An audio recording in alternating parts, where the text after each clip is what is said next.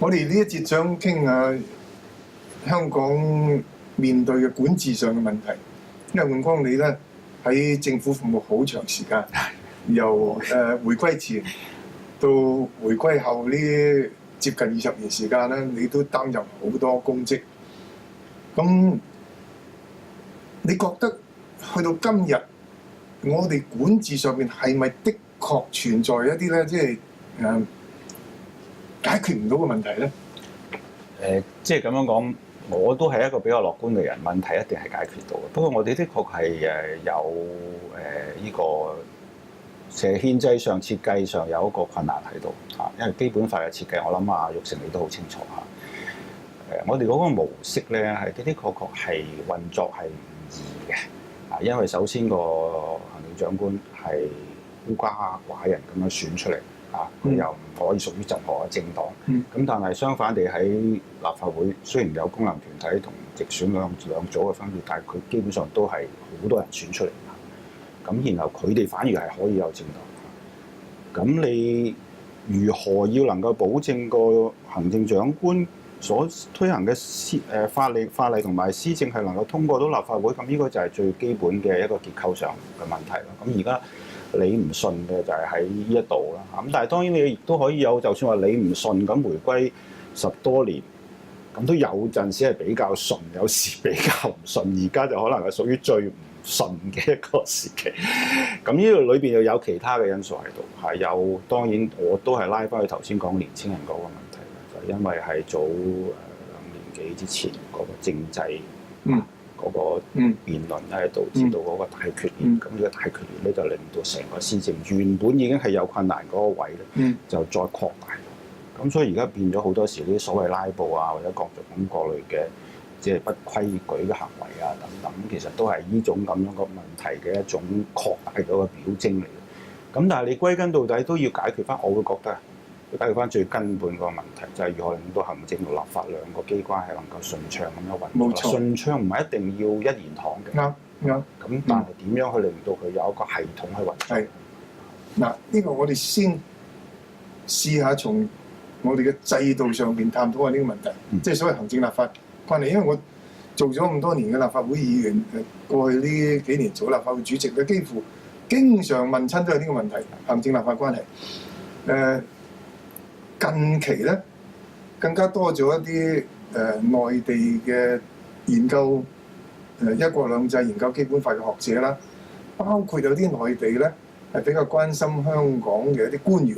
我唔係指港澳辦嗰啲喎，因為我喺立法會嗰度咧，經常都會招呼一啲內地嘅訪客，佢哋係唔同部門嘅官員，不過咧可能同香港都有啲聯繫嘅。佢哋經常都提呢個問題，我哋香港唔係應該規定咗行政主導嘅咩？點解你哋好似而家冇咗行政主導咧？咁咧就咁，我有時都唔容易解釋俾佢哋聽。第一，我唔係好明白佢哋所講行政主導，佢哋心目中諗嘅點樣先叫行政主導啦。第二咧，即係如果佢哋有個印象覺得基本法就係保證行政主導嘅，咁言外之音好似就即係話我哋而家違反緊個基本法，咁話咗行政主導你都唔係喎。大嘴咁嗱，我自己嘅睇法咧就係我哋唔可能嘅，唔可能違反基本法嘅。寫基本法嘅時候，可能係有一個好清楚嘅意識，我哋係應該維持一個行政主導嘅政府。不過，好似你正話咁講咧，由於而家行政長官孤家寡人，立法會裏邊咧唔同嘅黨派咧，佢其實你就算你包括所謂叫建制派，佢都同政府冇一個即係冇一個真係組織上面一個關係嘅喎，係咪啊？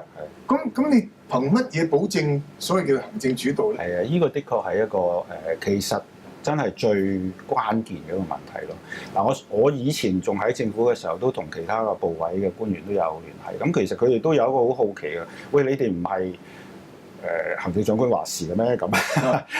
咁所以我諗喺內地嘅官員，佢哋好自然去習慣咗一個一元領導嘅咁嘅政府，咁佢會覺得我哋呢個行政主導都係一元領導嘅咁嘅政府。其實我哋嘅所謂行政主導咧，就其實嘅意思主要係乜嘢？只係話個政策嘅帶動者、主要嘅驅動者咧，就由行政機關、行政長官領導行政機關嗰度嚟嘅。但係我哋的確有一個係真正實在有權力嘅立法機關啊，佢冇一個主動提出政策嘅權力，就可以否決，係，但係佢可以否決你啊嘛。咁呢個係真權嚟噶嘛，係嘛？咁所以你一有咁嘅真權嘅時候，你就要好坦白講，如果你要現代嘅術語就係話，你嘅行政機關就一定要分權，即係換一句話，你唔可以用一個單元領導式咁樣去運作呢個政府，係嘛？換一句話嚟講，即係話點樣啊？你一定要有一個所謂，就算係鬆散嘅，唔係憲政上寫落去嘅，你都要有一個聯盟。如果你冇一個咁嘅政治上嘅係可行嘅聯盟咧，你就會出現咗而家我哋咁樣嘅情況，即係你所有提出嚟嘅政策，無論係甚至乎啲大眾都支持嘅都好啦，你去到好似早輪嘅版權法一個好好嘅例子啦，你去到立法機關嘅時候咧，仍然係遇到各種各類甚至乎諗唔到嘅障礙。當初甚至泛民都同意㗎嘛，呢個版權法。咁所以嚟講咧，就係我哋始終都要解決呢個問題。咁解決呢個問題點咧？咁我記得喺阿董生做行政長官嘅時候咧，其實佢喺做咗呢個主要官員問責制之後咧，其實佢另外都做咗一樣嘢，不過唔係廣為受到注意，因為即係運行咗一段好短時間就停咗啦。就係一個管治聯盟嘅一個咁樣嘅做法，就當時咧主要就係話將至少係支持行政長官嘅一啲主要嘅政黨，冇錯，吸納咗入去行政會議度啊嘛，令到行政會議變咗為一個真正嘅可以提出實體嘅咁樣嘅政治有權力嘅實體。咁然後呢啲政黨喺立法會度咧就要跟翻一個咁樣嘅方式去投票支持。但係好可惜，因為23條咧運作咗一陣，咁就散咗啦。咁當時自由黨係變咗係所謂 big rank， 咁就散咗呢個聯盟。咁之後又冇再重複翻去再做呢一樣嘢。嗱，呢個就算做咧，其實都唔容易嘅，都唔容易。因為當時嗱，我都係即係叫做呢個，即係你可以話係其中一個人嘅核心人物可以咁講啦。當時咧一開始第一任嘅行政會議成員咧，大家嘅印象就唔應該係政黨或者啲主要政治組織嘅嗰個主席，即係嗰個阿頭入去嘅。咁所以咧，最初我當時已經係民建聯嘅主席啦。董先生同我商量，我入唔入行會嘅時候咧，就考慮我要退出，即係唔能夠再做，起碼唔能夠再做主席。就算我保留翻呢個喺民建聯嘅嗰個成員嗰個身份咧，你都唔能夠做主席，咁入行會。咁所以我當時就喺民建聯，我哋傾過晒咧，就大家覺得唔好。因為如果我退咗落去咧，當時即係因為副主席就譚耀宗啦，譚耀宗大家覺得佢嗰個工會嗰個形象太過鮮明，咁民建聯就唔想變成好似一個工黨啦，咁所以就唔同意，咁就結果就譚耀宗入咗呢個行會。佢好似入咗行會都退咗副主席嘅，即係副主席都辭咗嘅。咁所以嗰個第一屆嘅行政會議嘅成員咧係好鮮明啦，唔係啲政黨坐咗入嚟。好啦，到你講得非常之啱。行問責制之後咧，董先生一下就掹咗我入去，話到明我係繼續以民建聯主席身份出入去。然後田北俊就以自由黨主席身份出去，鄭耀棠就係工聯會嘅唔知叫做當時唔知會長定理事長出入去。總之反正咧，就呢三個同政府友好嘅最大嘅呢個政團咧，你啲頭都錯晒。但係咧，我哋坐咗入去之後咧，即使冇23條咧換歌，我哋覺得我哋都 deliver 唔到，即係我哋。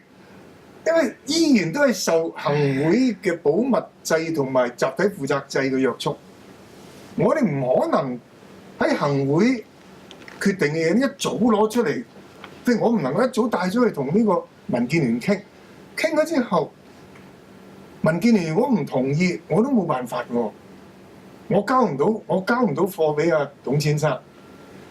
係啦，依個阿玉成，依個就有關鍵啦。其實我同你當時都喺行會，我即係特首辦主任身份啦。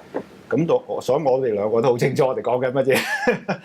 嗱，其實當時如果係有時間有空間繼續做落去嘅話咧，至少以我自己當時嘅構思咧，我覺得咧就跟住係應該係將行會咧係真真正變為一個政策落實嘅一個咁嘅實體。即係每一個人話咩意思啊？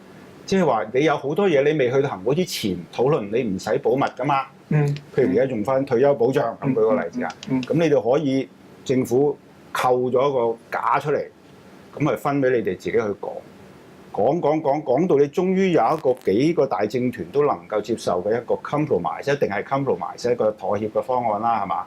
咁個方案先至正正式式去行會。其實基本上行會咧都係一個 rubber stamp 嚟㗎啦。但係呢個 rubber stamp 好緊要，點解？因為佢已經反映咗代表咗你幾個背後有啲唔同意念嘅政團，包括仲有商界嘅政團啊，係一個妥協嚟嘅啊。咁呢個妥協一去咗行會抌咗印之後咧，去到立法會能夠順暢地更較為順暢地通過嘅機會咧，就高過嚟而家或者以前咁樣運作。咁當時嘅構思就係咁樣嘅。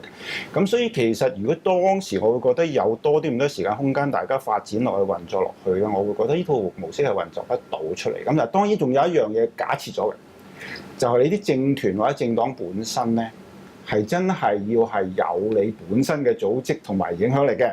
你唔可以自己為威為幾個人坐埋一個封自己一個名，又話我係乜乜乜，咁你呢個又冇乜用係嘛？咁其實嗱，民建聯唔會係一個問題，因為好耐有呢個咁嘅架構。工聯會更加唔係一個問題，佢工會組織本身好堅實嘅嚇。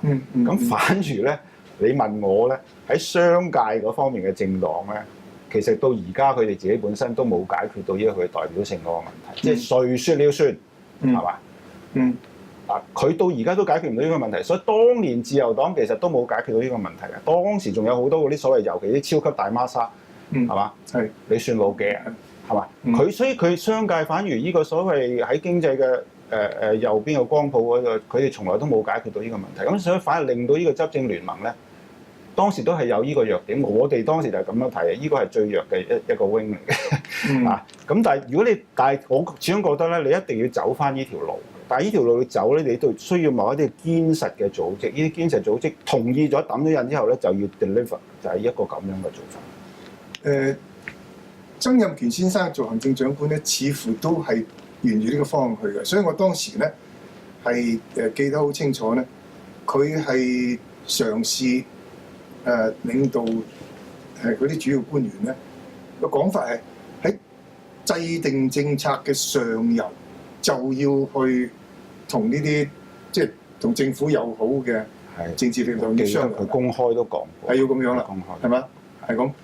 咁就亦都真係我覺得政府當時都係做過啲嘗試，但係到最終咧都唔係太過成功。點解咧？我自己嘅分析就咁，因為畢竟去到尾咧，嗰個政策推行成功與否，最後即係要負最後勝利之責咧，都仲係嗰個局長本人。佢即係你，如果你譬如講唔掂數啊。都唔好講話，你正話講話，譬如商界佢未就好難真係將佢嘅意志統一到啦，即係冇邊個真係代表到晒成個商界啦。你就算譬如你講翻民建聯、工聯會，有啲睇法我哋都未必一定一致。譬如你對於勞工政策一定唔一致。好啦，當你唔一致嘅時候，你點辦咧？你即係你始終個局長咧，佢都要揸主意嘅。好啦，揸咗主意咧。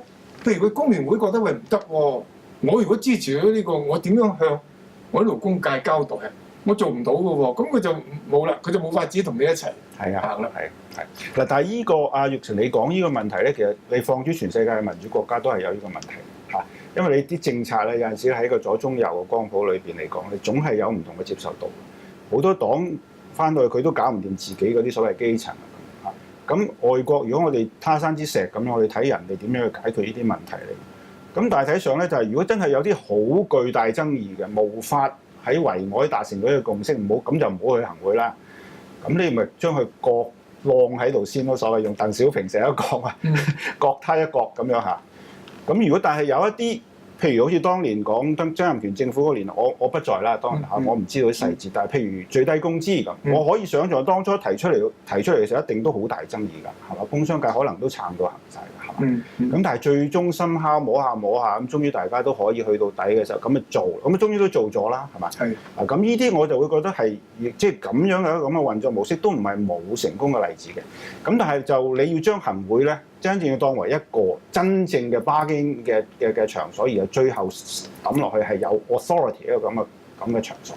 咁但係呢度就隱藏咗一樣嘢。咁呢個行政長官或者成個行政機關一定要接受，就係分權。點解？你行政長官可能佢上場嘅時候，我想做呢做路，但係學你話齋有啲嘢你唔冇共識噶嘛，咁你要擱住啦，係嘛？